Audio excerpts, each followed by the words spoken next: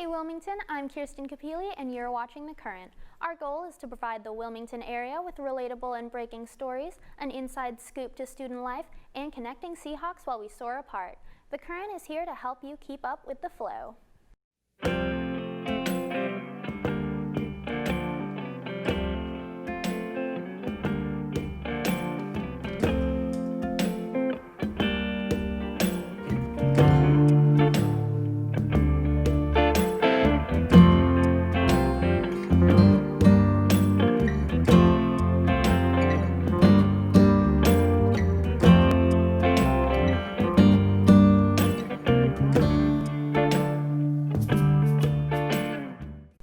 Today on The Current, we will be interviewing the 2020-2021 Student Body President and Vice President Matt Talone and Sabrina Balent.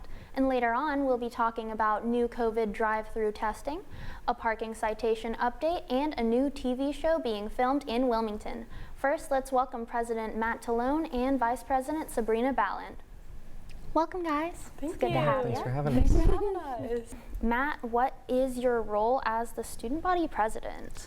So as the student body president, my primary role is to serve as the voice of representation of the students to faculty, staff, other administrators, and on a larger scale, the Association of Student Governments, which is like a statewide student government body, as well as the Board of Governors, the state legislature, and pretty much anyone kind of external of the student body. And Sabrina, what is your role as the Vice President?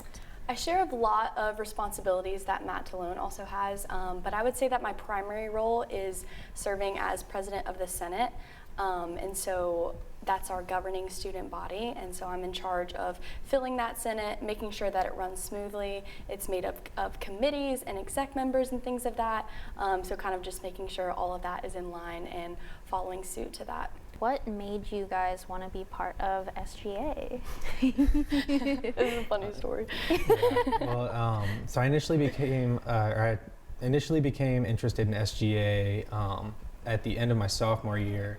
I was a co-RA with Nick Pianovich, who was my predecessor, and he was pushing me to apply for a position within SGA because the election deadline had already passed. So I was like, okay, sounds interesting, I'll do it. And I ended up getting a spot on his executive board as his chief of staff. And kind of through working in that position, I learned a lot about the organization and its mission, and just how much really can come from the work that SGA does. And then the logical next step for me was to run for president, I think. And so I did that, and here we are. I actually was not a part of SGA before I took this role. It is my first year in SGA, so big learning curve for me. And then also Nick Pianovich, predecessor, came up to me one day when I was doing an internship through UNCW's Campus Life, and he said, "You need to run for this position." And I said, "Nope." And then he came back a week later and said, "You need to do this." And I said, "No." He came back a week later and said, "I want to introduce you to Matt Talone. I want you to run with Matt Talone." And I could tell he was being really serious this time, and so I said, "Okay, fine." And then one afternoon, Matt Talone and I, very first time ever meeting with each other, we just talked for a bit. And I think instantly we knew that we balanced each other out very well. Everything that I had, he didn't. Everything that he had, I didn't. And from that day, I shook hands with him and I said, "Hey, Matt, we're about to be best friends for the next academic year." And that's history. What aspects of being a part of SGA do you guys like the most? Go first. I would say it's definitely given me, obviously the inside scoop into UNCW. I think before SGA, it was kind of, I saw the academic side of things because I was really just a full-time student, right? But I didn't have the privilege of seeing how many people work to create great experiences for the UNCW students, and there's hundreds of people where this is their entire life, is creating experiences for us and setting us up for success. And then a little bit more on the personal side, it's obviously grown me as a leader. It's gotten me way out of my comfort zone. It's put me in a lot of, pressure-filled situations where I've had to act quickly, but also logically. So definitely just a year of growth so far, for sure. Yeah, I'd have to agree with what she said. A lot of professional development, a lot of personal growth, I think if you would have told high school me that you'd be student body president of a university, I would have looked at you and laughed, because I was not a joiner in high school at all, and now I'm the student body president. But another thing I really like is just being able to work with people who you probably wouldn't even really meet if you weren't a part of the organization, and then finding like interests. So I've been working with my current chief of staff on some legislation involving changes to our sustainability position within the organization. And I probably would have never known this guy if we hadn't both been a part of SGA. So it really creates lasting relationships that are really strong. What other opportunities has being a part of SGA brought to you? I think one of the biggest ones for me that I knew was going to be a part of the student body president role, but I didn't know how much it would affect me, was being able to see behind the curtain of everything that goes on, whether that's like within different administrator meetings, in individual conversations with administrators, being on the board of trustees. That's just been like amazing. Like, it's just a wonderful experience seeing how the university is run and operated at that level. And then also with ASG too, it's there are members from all 17 UNC schools. So again, more people that you probably wouldn't have met before if you weren't a member. And then just being able to make change, or try to make change on a statewide level, is just huge. I would say the biggest opportunity that joining this organization has given me would be a lot of privilege. I would argue that Matt and I have the ears of a lot of important higher up people at UNCW, and so it's awesome to take ideas and visions, comments, concerns, praises from the general student body and bring those to higher administration and see those ideas come to life. It's really fulfilling because, at a school with 17,000 plus students, it's very easy just to feel like a number. Right. And so to see those ideas come to life and see like real change being happen on this campus is awesome. The connections are great. Being a part of this organization has led me to my career path, and so I finally have somewhat of an idea when people ask me, what are you doing after college? Because it used to be, I have no idea. Now it's like, I kind of got a good grasp. But I'm so thankful. A lot of privilege, but rightfully so. And what is your career path?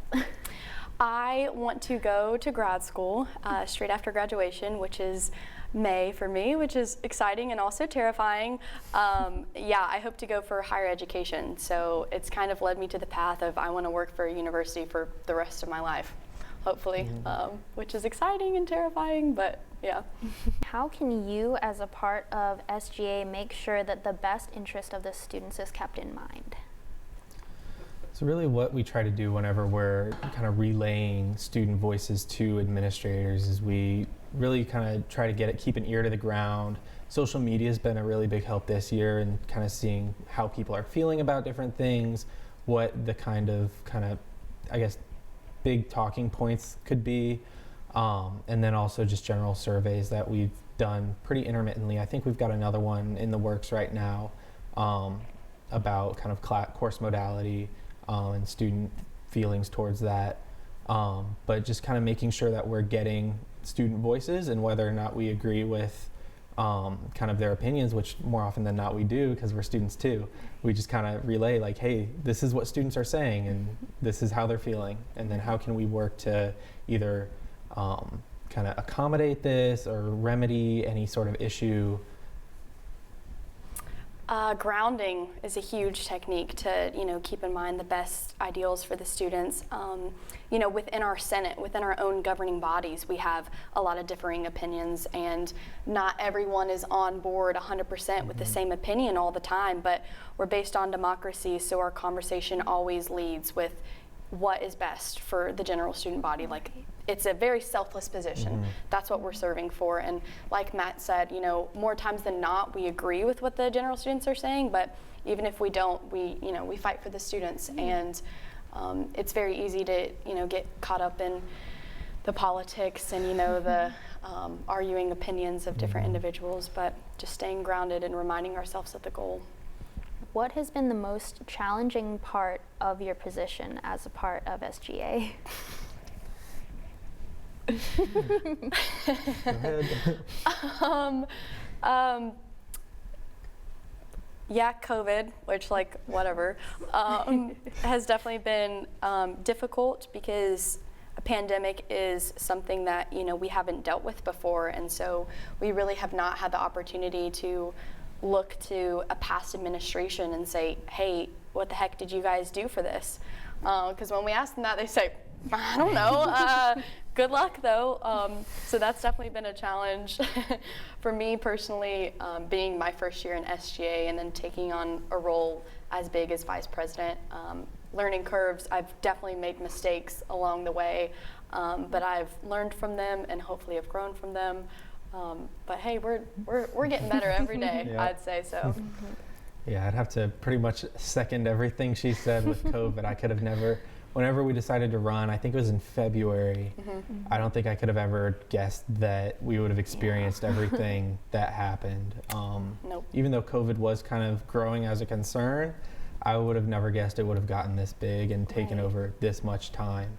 And that, along with just like some kind of personal traits of mine, I'm like not a very extroverted or quick to speak kind of person, and being in kind of like the fall planning meetings, for example, that's kind of a situation where I had to really grow and adapt quickly, and just kind of be able to kind of put my thoughts into words faster, because I'm a thinker. I've been told people can hear me think. So just trying to get that into words quicker and kind of speed up the whatever process that entails. What do you guys hope will change for the spring 2021 semester? That's a great question. How much time do you have?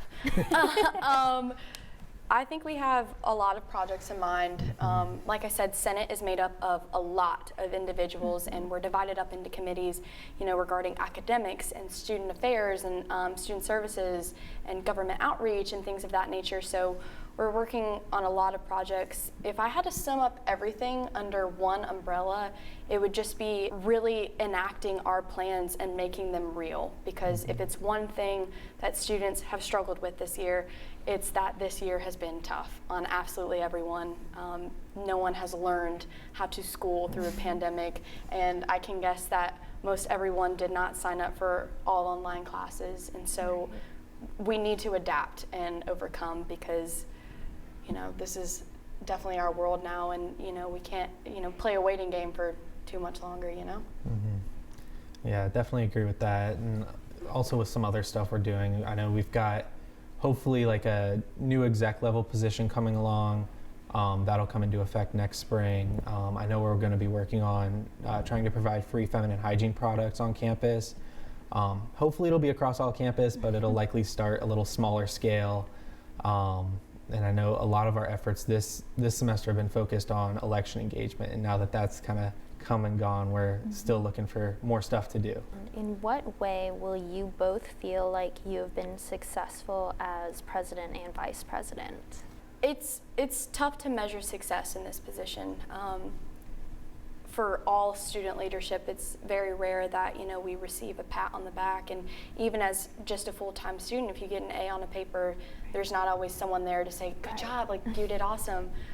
So it's tough to measure success, especially how you like to receive your affirmation. I would say if it was a number one indicator for me, it would be that people continued to run for positions on SGA. I want to see a full ballot for the 75th administration, which is next year's. I want people to want to continue the work that Matt and I have set up, and want to continue moving that needle, because a lot of times that's what our position is about. Yeah, I was going to say pretty much the exact same thing. I want to see a very full election ballot. I mean, I ran unopposed, and it was okay with me, but I'd like to see some, competition, some differing ideas. If there are a lot of people that are interested in joining, I think that we will have been successful. Okay, and for my final question, what type of legacy do you guys want to leave at UNCW? That's a deep one. I want to leave a fearless legacy. I want people to stand up for what they believe in, and know that you're going to face people who will say, you're wrong, I don't agree with you, that's silly, it's never going to happen. People have looked Matt in the eyes and have said that to us, you know, since the day one that we got this position, and we're still dealing with it. But you know, I want all of our Seahawks to keep fighting for what they believe in, and it doesn't necessarily have to be through SGA. It can be getting out and voting, or it can be in their own, you know, student organizations, you know, making true change, but not being afraid to do so. Right. Yeah, definitely. I'd probably say, I know I keep saying stuff similarly, but it shows how similar Sabrina and I are. But pretty much along the same lines, just kind of students knowing that there are, I guess, in terms of a legacy, students knowing that even if they feel like they're not, like their voices aren't being heard, that there it is. And student government's sole purpose is to represent them. And as long as there is a student government, they will be represented. And hopefully it'll be done well. Now that we got the inside scoop on SGA life, we're going to see how much our president and VP know about UNCW. Okay. First question, what are the 2 hours of the day that the clock tower chimes our fight song? Noon. I know is one. Noon. I didn't know it goes twice. Noon and 5 p.m. Yes. Really? Yes, Really? the second one is 5 p.m. Nice. Yeah. Okay, and what building on campus was built to become a fully functioning hospital in the case of an emergency or natural disaster? McNeil. Yes. Remember that from my tour. Yeah. Yeah, I had no idea about that. I think that's really Yeah, cool. that's awesome. And how many Seahawk logos has UNCW had? Oh. I think it's 4. It's 5, actually. Really 5? close. Really close. Yeah, it's Wow. been a lot. I was going to say 3. And how long is the Chancellor's Walk? Half mile? I thought it was 0.7. No, 0.4. It is 3/4 of a mile. Oh, Wow. 0.7. That was close. Yeah, That was kind of close. Yeah, it was close. I know from Wag to Randall, it's exactly 1 mile. Okay. I know that. That's all I know. And the school used to be called Wilmington College. What year was the name changed to UNCW? It's I not know this. 1974. It's not that year. I don't think. I want to say it was 1961. 1969. Oh, Close. And what were the original school colors of UNCW? Oh my gosh, were they not teal and gold? No. Wow. What were they? Kelly green and yellow. I think I like teal a little bit better. Okay, and for my last trivia question, how many majors does UNCW have? 52. 55. 60. Oh, It's a Huge lot. now. Yeah. I'm old. Thank you so much for coming, guys. It was really fun. Yeah, it Thank was. you for having us. Thank you for having us. Thank you. That wraps it up for our segment with 2021 President and Vice President Matt Talone and Sabrina Balent. Now stick around for your weekly Seahawk news. But first, here are some more facts about your SGA President and Vice President.